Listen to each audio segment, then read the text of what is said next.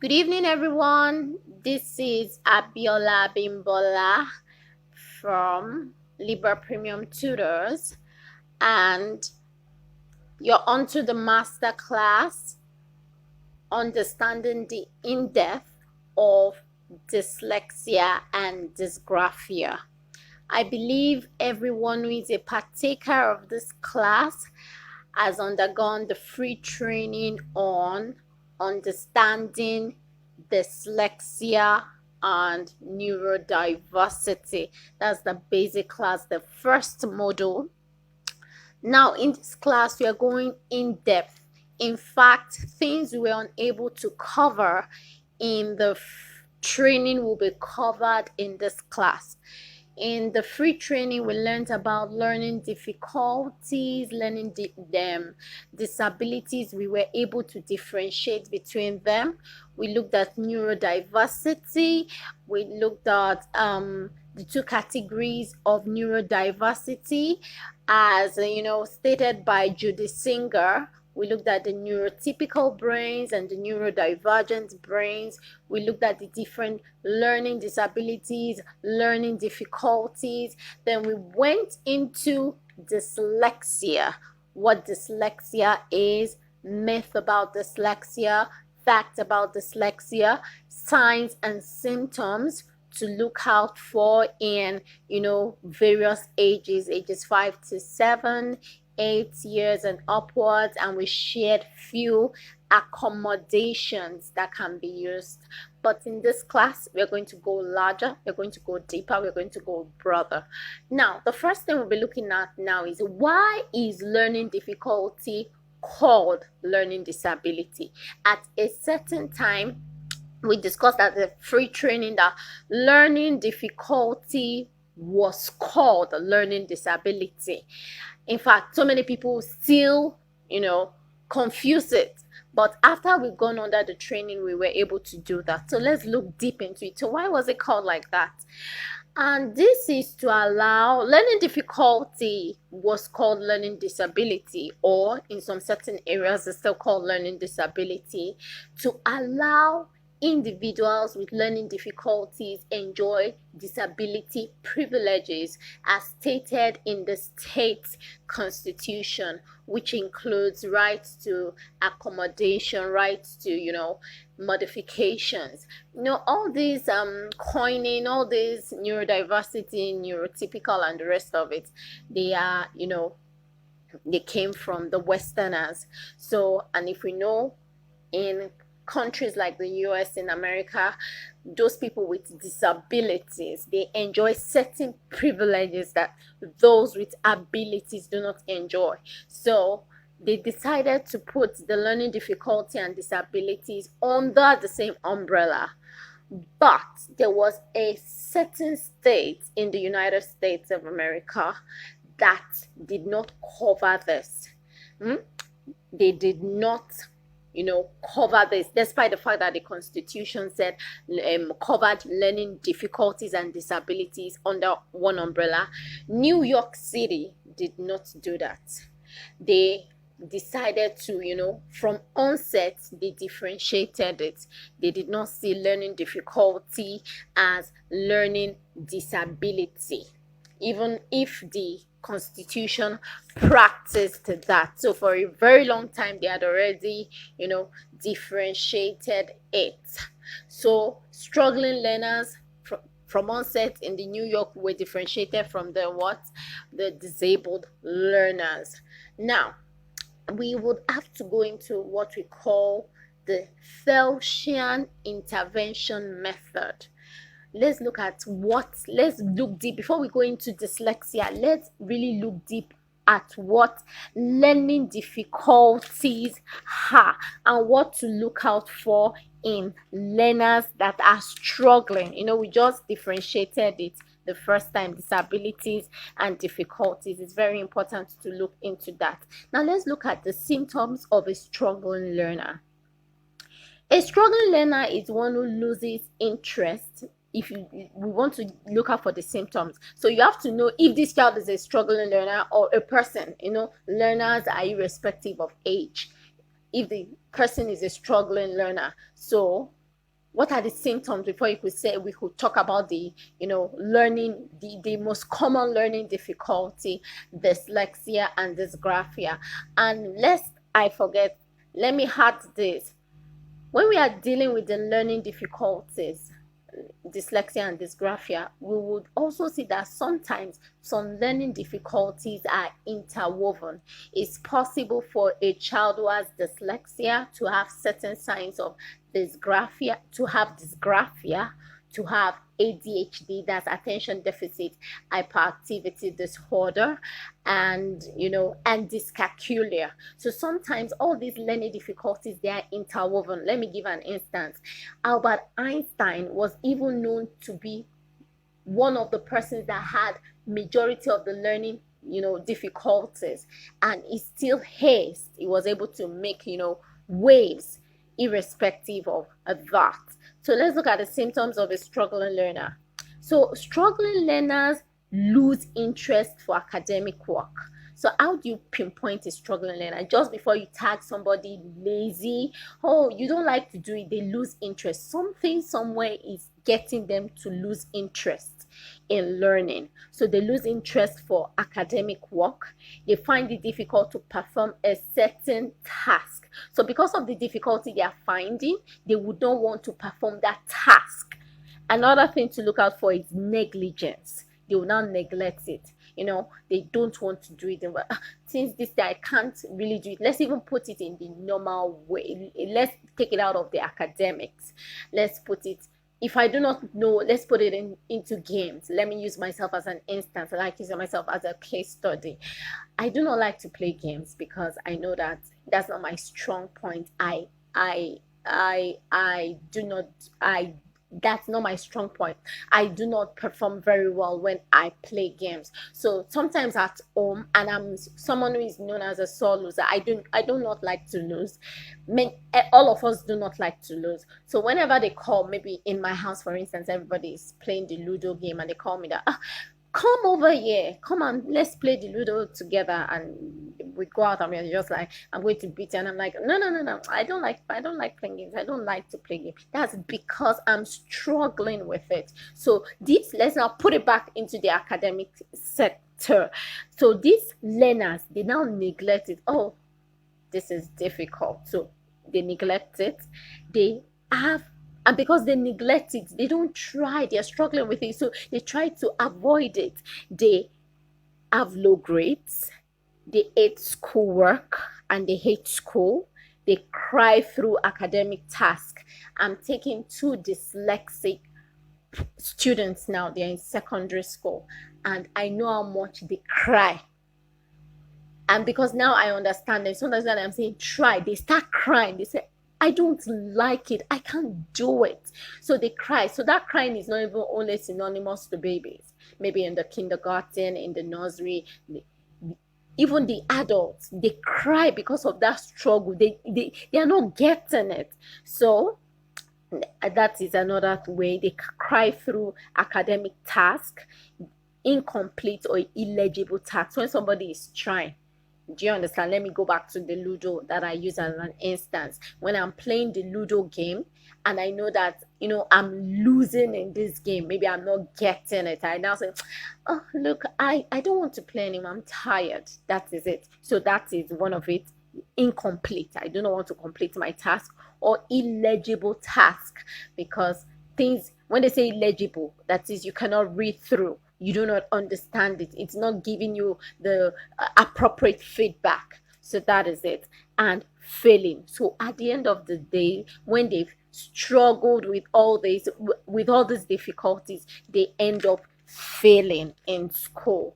Now let's look at what we call the Felshian intervention method. By tomorrow, when we are doing the in-depth dyslexia, where we go deep into dyslexia, we will know what the Felshian intervention method. But I want to introduce it first here, so that when we get along, it will be easier for us to merge things together. So let's look at the core of the Felshian intervention method.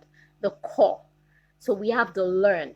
While we in school, we are in school to learn. So many times when people talk about education, and I try to tell them that education goes beyond you going to school to learn A, B, C, D, E, F, G, H, or 1, 2, 3, 4, 5, 6. It goes beyond that. There must be a renewal of the mind. The mind must undergo, the school must pass through you, renew you, and you must pass through the school, get experiences, get, I see the education system as, or going to school as therapy. There should be a difference between the person that went to school, not in just the way you speak, but the way you view things. So I see school as, a place of therapy if the right inclusion is being added, so that people can, get to realize their identity. They can get to know whom they are and what they are, and pursue it, seamlessly, effortlessly, relentlessly, a place where they identify with whom they are and they become the true go-getters. So let's look at what learn is. Learn, it's an acronym, or should I say a short form. So every letter in the LEARN means something. So let's look at the letter L. L, learning laced with love. If we go deep into it, why do learners struggle in school? It's because school these days has been seen is seen as not a place of comfort, a place of force. It's not a place that you see as home. There's no warmth, there's no welcoming. This warmth is not welcoming.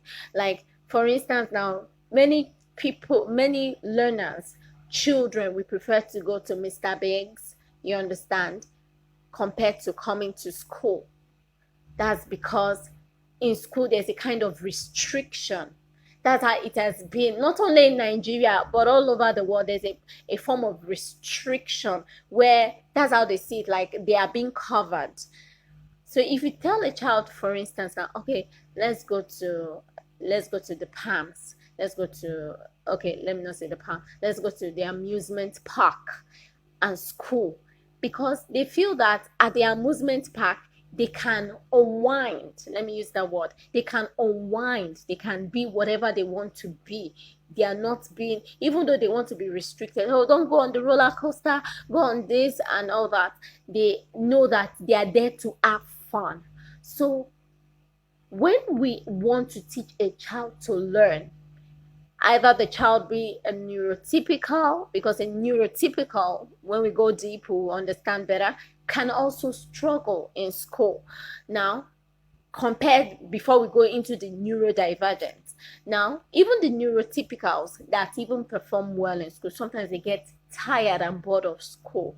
That's because the school is no longer, or the school has lost it, or it's been lowered. The purpose of going to school has been lowered or has been restricted in a certain way. Please don't get me wrong. I'm not saying we should not instill discipline and everything that is needed in school, but we need to be flexible in our approach. That is what I'm talking about now, to accommodate every kind of learner. So the L in the what? In the learn means learning laced with love. Let school be a place where people come for comfort, for warmth. You understand? Where they feel that I need to go here to get the influence. I need to go to a place they will be excited to go. So it's only where you love, you'll be excited to go. Like, there's a popular saying, let me just add this to it. It says, your lover's house is never too far away from you. So when you love something, you will always want to be there, no matter how far it is. Okay, the E says education with excitement. Let education come with a lot of excitement. Let it ignite passion. Let it ignite a fire in them. So that is the E there. Then A, acknowledgement of every growth. Now, let every win, no matter how small it is, be celebrated. I remember reading Ben Carson's book. What is the title of this book? The Gifted Hands. And what did Ben Carson say in that book? Ben Carson said, when he started reading, Ben Carson at a point was a struggling learner. He said he was at the bottom of the class. Nobody even struggled with him. So when he started learning, when the mother put the right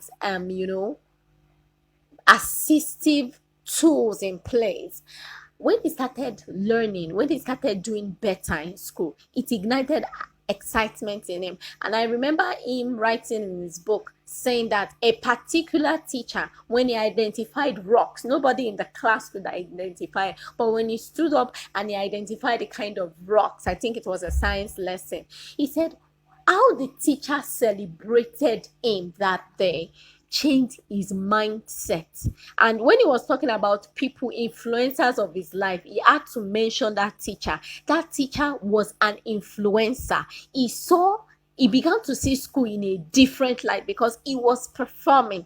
So that way of acknowledging every growth.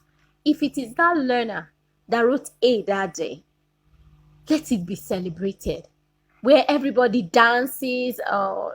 Let me speak as a private tutor, where he's being celebrated. It looks as if the person won a jackpot, or the person won the Grammys, the person won the World Cup. So acknowledgement of every growth stage, because what you celebrate increases. When you celebrate somebody, it will increase. The person will like, wow, so I could get this attention, I could do this. The person wants to do more. Now the R says relationship with respect for the learner. Many times we do not nurture respect, we nurture fear in schools. What do? The learner, we talk to him, maybe because we feel we are teachers or we are the parents, we feel that this learner, hey, you sit there. When I tell you to do this, you do that. Respect is reciprocal. So whenever a relationship is nurtured with respect, it's a give and take thing. The child is coming from another class. Let's say the child came from basic 3 to basic 4. Most times when a child is struggling like that, it becomes the talk of the school, and they are just like, let me use this instance. Apologies if anybody bears this name. Oh, Shola, that boy, what can he doesn't even study. I don't even know what he's doing. He's so lazy. That boy is dumb. It is well, all those kind of things. When we say all those kind of things, the child already has the mindset that I'm not being respected. So when he goes with that mindset to the next class, that this is how they treat me, they've always been treating me like that since when I was in primary 1. So this is primary 2, this is primary 3. So what's the big deal? He goes there with that mindset that, let me just get through with this school. I don't even want to go to this school again. Maybe let me get through with this school, go to secondary school. Let me just get out of the school. So relationship with respect for the learner, and the learner comes with that mindset. And even when the teacher, maybe the new teacher in basic 4 or grade 4, is now a better teacher and is trying to pull the learner close, and I say, okay, you're trying to pull me close, let me use this, you go soon tire. Everybody gets tired of me at the end of the day. So, but when that relationship is fostered with respect, I'm not saying it's every time you're going to be in the mood, but first week the child says the teacher is like this. The second week, wow, and it's being consistent. Before you knew it, some of these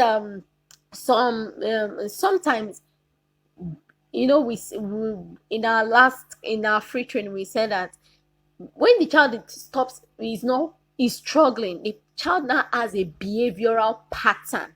Like the child tries to mask himself or herself. So with time, that behavioral pattern, that mask will fade off, and there'll be a kind of, all that friction would die down. So that teacher that is fostering respect begins to oil the child, from that, just as simple as respect, begins to oil the child to become better. So the last one in the learn N is noticeable attention and affection. It is noted that struggling learners are never anybody's favorite. So, like, let the love go around, you know, um, the same way. I remember when I was teaching in a particular secondary school in SS1, there was a boy, he's a struggling learner, but he was very good. He loves to run errands for the teachers and everything. So there was a day I came to work that day, and I know he's very active. I just saw him sitting on his desk. As he was sitting on his desk, he lay his head on his desk. So I was just like, "What's wrong with you?" And he was just like, "He's not feeling well." I was not like, "Have you eaten?" He said, "No, he has not eaten." And everybody knows him that he's a troublesome boy, and everybody, many times, they complain about him. So I was just like, would you eat? And he was like, "Yes, ma'am, I'm going to eat, but I can't go out to get the food." And I called one of the students and I said, "Let her go get the food for you. You are nice. You help people. Let people help you." So he has already had the mindset that everybody sees him as troublesome. Maybe everybody only sees him as useful when they want to use it. You get that thing. And that day I could see from his disposition, it changed. It became more flexible. Do you understand? So noticeable attention and affection, before you know it, there's nobody in this world that you know does not want to go into a place where there are showers of attention and affection. So when the child, maybe not only that, they consistently sees that, oh, he's getting the right attention, he's getting the right um attention, affection, then learning is going to take place. Okay, now let's look at the stages of the Felshen intervention. Now, when you want to intervene in why intervention is very important in a struggling learner. Number one thing, stages of Felshen intervention, there must be observation. You must observe keenly, watch, and be attentive to learning difficulty signs, which are via some symptoms. Before you don't just go and just say this one has dyslexia, this one has dysgraphia. You have to observe. It's just like some scientific methods. Even as a scientist, before a theory or a theorem or a law can be said, maybe before they could say Pythagoras theorem, Newton's law of motion, first law, second law, third law of motion, there was an observation. Isaac Newton observed something. Pythagoras observed something. Same thing, before you can intervene in a struggling learner's life or in the academics, you must observe. You must keenly watch attentively and watch and be attentive to the signs. What are the causes of the signs? That is why at the end of the day, when you call the parents, you say,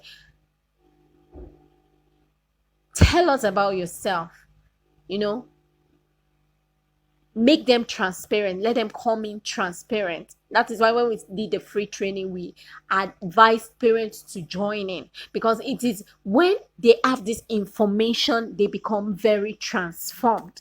So when schools begin to tell them, they will be like, "Oh yes, I've heard of this thing, I know about this." So what are the causes? It could be hereditary. Parents that struggle definitely will have children that struggle. These things are hereditary. You cannot play smart on genetics. Then is it the environment? The environment the child lives might not foster learning. The only time the child may have to leave to learn might be in the school. For instance, a child that leaves school, goes to the mother's store where maybe there's a lot of activities, there's a lot of buying and selling there, and the child is the one who assists the mother. And then we know these days that maybe the child closes from school 5 p.m., and let's even make this instance, let's make the instance more juicy. The mother is a single mother, let's use that for instance, trying to fend for the children. The child comes back from school, has to assist the mother with things, closes from school 6 o'clock, joins the mother at the store 7 o'clock or 6:30, eats 7 o'clock, helps the mother to work till like 9 p.m., goes back home, quickly finishes the assignments, quickly the mother like finish up to, and that the where would the child is exhausted, mentally exhausted, physically exhausted from school, from work, working with the mother and the rest of it. So the environment, what kind of environment does the child live?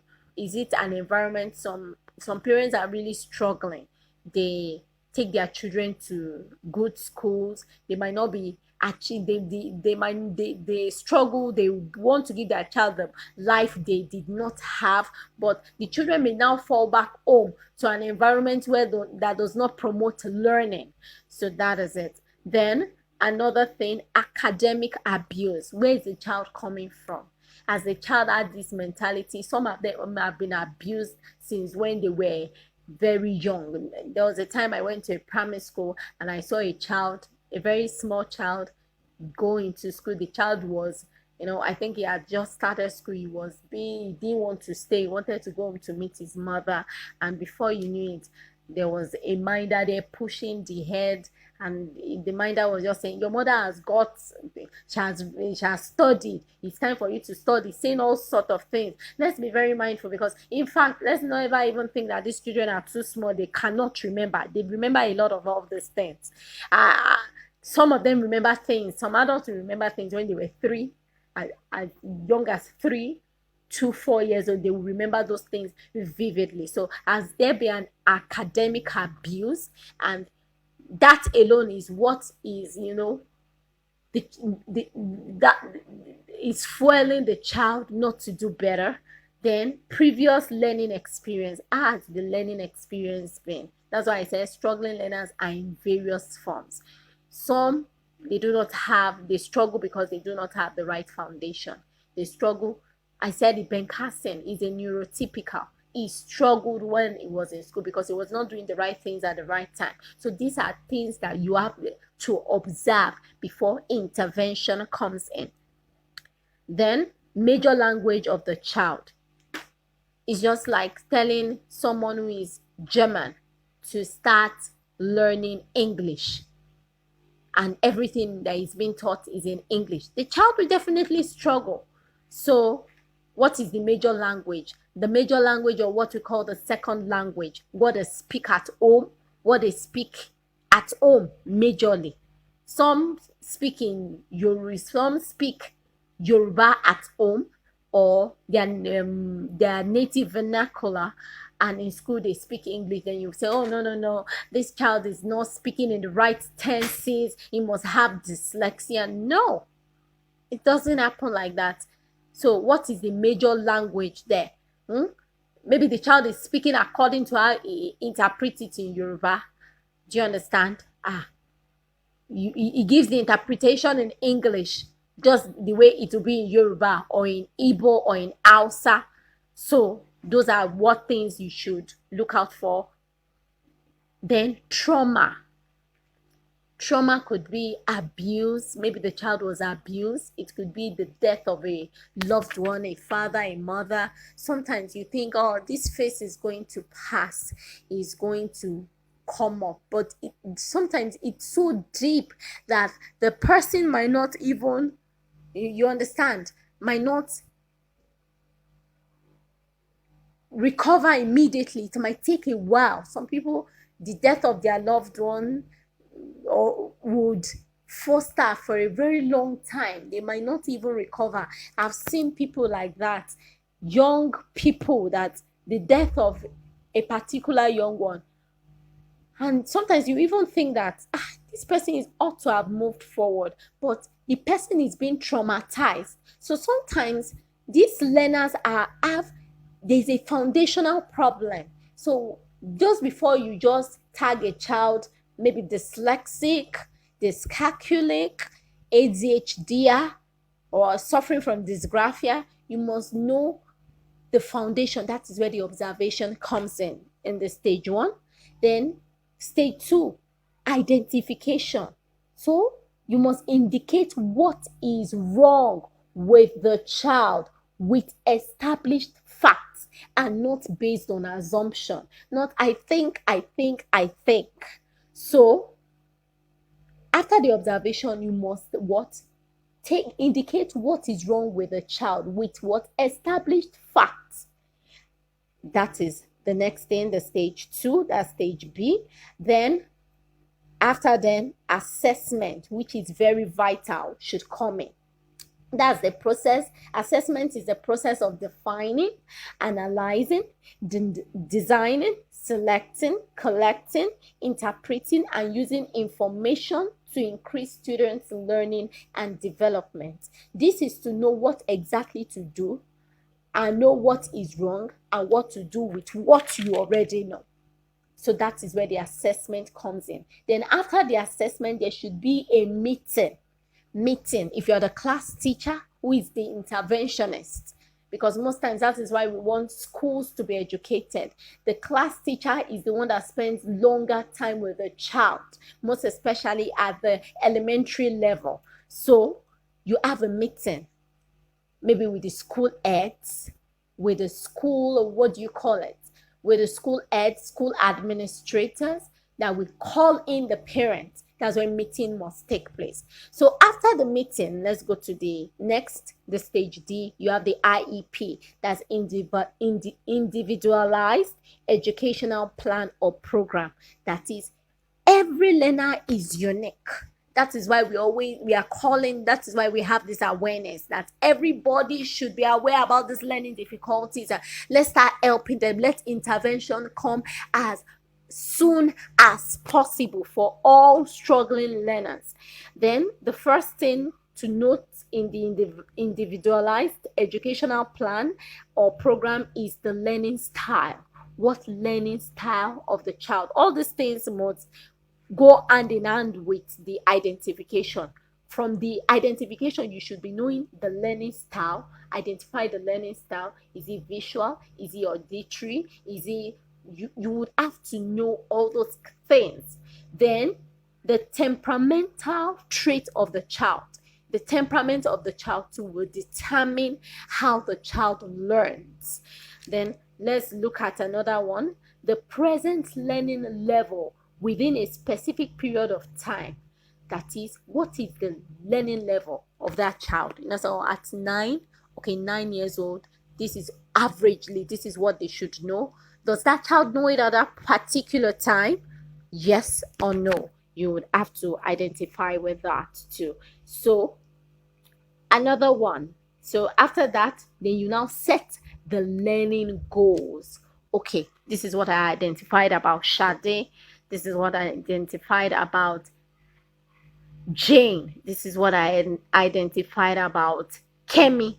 This is it. So what are the learning goals? Okay, this is the learning style. This is a major trait. This is this. And I think she is from observation, identification, and blah, blah, blah. This is dyslexic, as a condition known as dyslexia.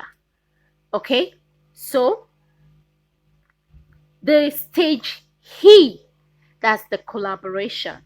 That is where the school, the parents will work hand in hand. Intervention, yes, they spend most of their time in school. Yes, most of their hours in school. Then what about days they are not in school? What happens? How do they help the struggling learners? That is where the schools, the parents, the home tutors, they have to work together. Even the caregivers, the helpers at home, maybe the housemaid, the nannies, that's where they will come into place. This is how we are going to help this child. With the written goals. This is what he should be doing at home. Is his handwriting bad? He should develop his fine motor skills. These are the things he should start doing at home, so that everybody is working hand in hand and progress comes very fast. Okay, so the next one is now the intervention plan. Then the struggling learners get the needed support. That is when you now say, okay, this is what are the resources we need: learning support, the intervention, modification, accommodation, using the right teaching and assistive materials within the given time and period, with the inclusion in place. So when everybody is working hand in hand together, at the end of the day, we achieve the desired goal. So that is when the intervention plan, this will make the interventionist therapy work as fast as possible, for I've grouped all struggling learners together. You understand now? So now you must have identified, maybe Shola you've been working with now, you must have identified that this is whom Shola is. He has a condition known as dyslexia. If you After you've made all your identifications, all the signs, and you've observed all the signs, you've identified them, you've taken your assessment, you've taken the IEP, you've done the collaboration intervention plan, then there's transitioning. How do you transition? This is how you transition. You start checking the child's improvement. After you put the right support, the intervention, and everything, what do you need to do next? After the child starts improving, do you just stay there? What is the next thing to do? Then you start carrying the collaborators along. Oh, he has started improving here. I think we should change the next step. Stop doing that again. You give them feedbacks. They give you feedbacks. So everything